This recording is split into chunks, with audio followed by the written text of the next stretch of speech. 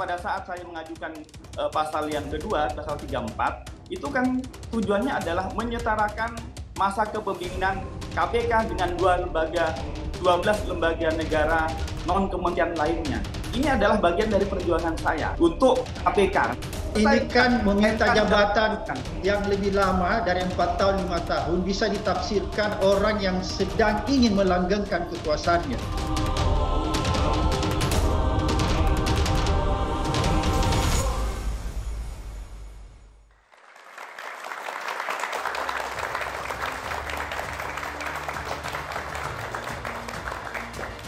Selamat malam, Anda menyaksikan Catatan Demokrasi. Mahkamah Konstitusi mengabulkan gugatan dari Wakil Pimpinan KPK mengenai masa jabatan pimpinan KPK yang tadinya hanya 4 tahun menjadi 5 tahun.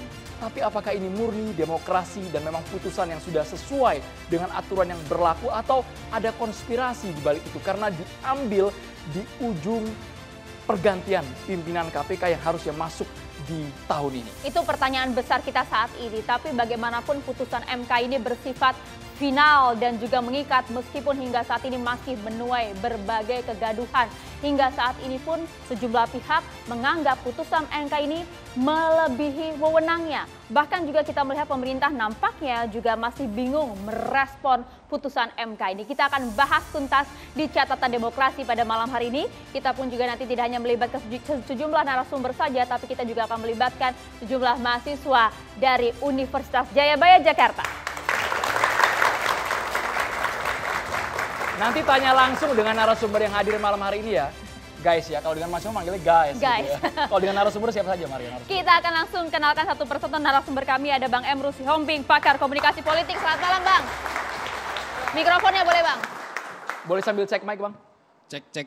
Emrus Sihombing, selamat malam. Mantap.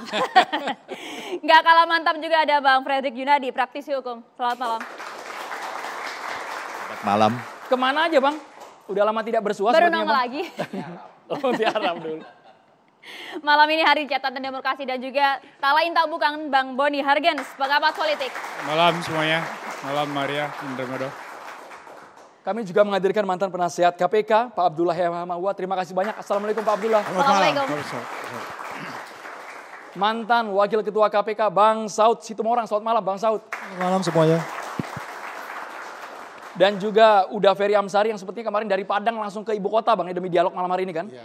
Terima kasih sudah hadir Bang. Pak Fredrik Pakar Hukum Tata Negara. Kita mau langsung ke Bang Emrus Sihombing. Baru kali ini kami mendengar putusan MK ini bersifat saat ini, berlaku surut. Dan juga diberlakukan untuk pimpinan KPK yang masih menjabat. Mereka tiba-tiba ditambah Bang, 1 tahun. Menurut Anda apakah ini memang sudah objektif putusan dari para hakim MK atau ada unsur lain? Baik, tidak ada fenomena hukum maupun fenomena politik berdiri sendiri. Pasti saling berinteraksi. Oleh karena itulah kalau orang berpandangan bahwa ini murni hukum, tidak benar itu. Ini murni politik, tidak benar itu. Itulah yang disebut dalam sosiologi proses sosial. Namun yang kita lihat apakah persoalan perpanjangan itu melanggar peraturan atau tidak melanggar peraturan. Itu.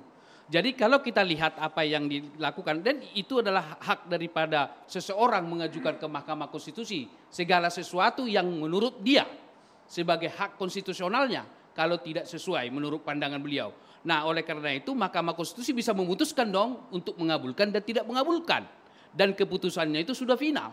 Maka terus terang saya mengatakan bahwa jika ada teman-teman yang memberi kritik terhadap itu, saya kira tidak benar juga. Karena sudah mengikat dan final. Apa yang mau dibicarakan lagi? Kan begitu. Nah oleh karena itu, apakah berlaku surut? Kan saya sudah baca keputusan itu ada di sini, bahwa berlaku pada tanggal ditetapkan. Berarti tanggal ditetapkan itu terjadi, berarti berlaku perpanjangan itu bagi komisioner yang sekarang. Gitu ya. Oleh karena itu, saya melihat bahwa ketika itu diputuskan, bukan sekedar hanya untuk KPK yang sekarang, berarti untuk yang akan datang. Dan saya baca komentar daripada Hakim Mahkamah Konstitusi, yaitu Pak, saya lupa namanya, Gufron. Bukan Gufron. Guntur Pak.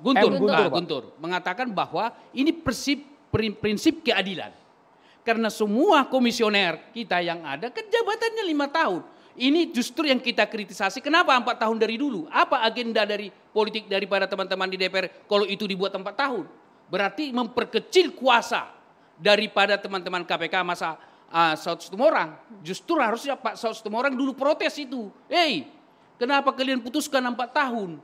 Kenapa enggak 5 tahun? Karena komisioner yang lain 5 tahun. Ini yang saya tidak lihat dari kelompok Saud Situmorang. Nah, apa yang diajukan oleh Pak Gufron, suatu hak konstitusional yang diajukan dan berbasis kepada undang-undang. Kenapa tidak berlaku prospektif ke depan? Kenapa untuk periode yang sekarang, Bang Emrus Yombi? Artinya tanggal berlakunya, coba cek dulu tanggal berapa berlaku, gitu ya. Jadi artinya kalau sudah diputuskan dan hak mereka Mahkamah Konstitusi di mata saya, mereka itu adalah seorang negarawan gitu ya, yang sudah selesai dengan dirinya. Jadi tidak mempersoalkan kepentingan politik yang mana gitu ya. Jadi mereka memutuskan sesuai dengan diskusi. Sekalipun memang ada beberapa di antara mereka yang memberi pandangan yang berbeda. Tetapi ketika itu diputuskan sesuai dengan undang-undang, saya kira hukum tata negara akan mengatakan bahwa itu sudah seperti dikatakan Bu Maria tadi. Final dan mengikat, sudah selesai. Demikian. Oke, Bang Saud nampaknya harus menjawab pertanyaan dari apakah ini sudah memang bersifat final dan juga mengikat, dan mengapa baru sekarang, mengapa tidak kemudian dituntut pada saat zaman Anda, Bang Saud? Itu nanti urusan Peri ya. Urusan saya urusan kinerja. Urusan saya urusan kinerja, karena yang bersangkutan dalam mengajukan ke MK itu ada kata kinerja. Jadi 2 hal yang diajukan itu oleh yang bersangkutan, baik itu pasal 329 dan 34 itu berkaitan dengan yang dia sebut sebagai keadilan, ada yang dia sebut ketidakpastian, ada yang dia sebut sebagai kinerja. Itu dasar dia mengajukan 2 hal ini. Itu nonsens semua, bullshit. Ya kan? 4 tahun kurang katanya untuk menjaga saya 4 kinerja tahun yang bisa baik menjarakan di KPK. banyak orang, gak ada urusan. Dia malah jatuhkan indeks persepsi korupsi kok. Dari 40 turun ke 34. How can you defend kinerja? Ya kan? Itu pembenaran semua. Jadi 3 hal yang diajukan itu yang disebutnya gak cocok dengan ketidakadilan, terus kemudian kinerja, terus kemudian apa itu bullshit semua. Yang iyanya adalah kalau kita bicara kepemimpinan pemberantasan korupsi, itu sangat diwarnai apa yang disebut sebagai traits.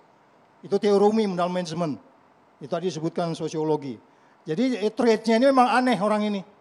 Ya memang gak ada kinerja minta diperpanjang gitu. Yang aneh ini siapa, Bang? Anda yang aneh yang mengajukan lah, yang mengajukan dan Gufron. kemudian kawan-kawan kan gitu kan. Nggak mungkin dia mengajukan ini nggak di ACC kawan-kawannya juga.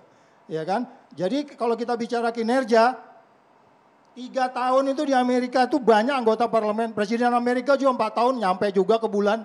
Nggak ada hubungan dengan kinerja. Kalau 4 tahun.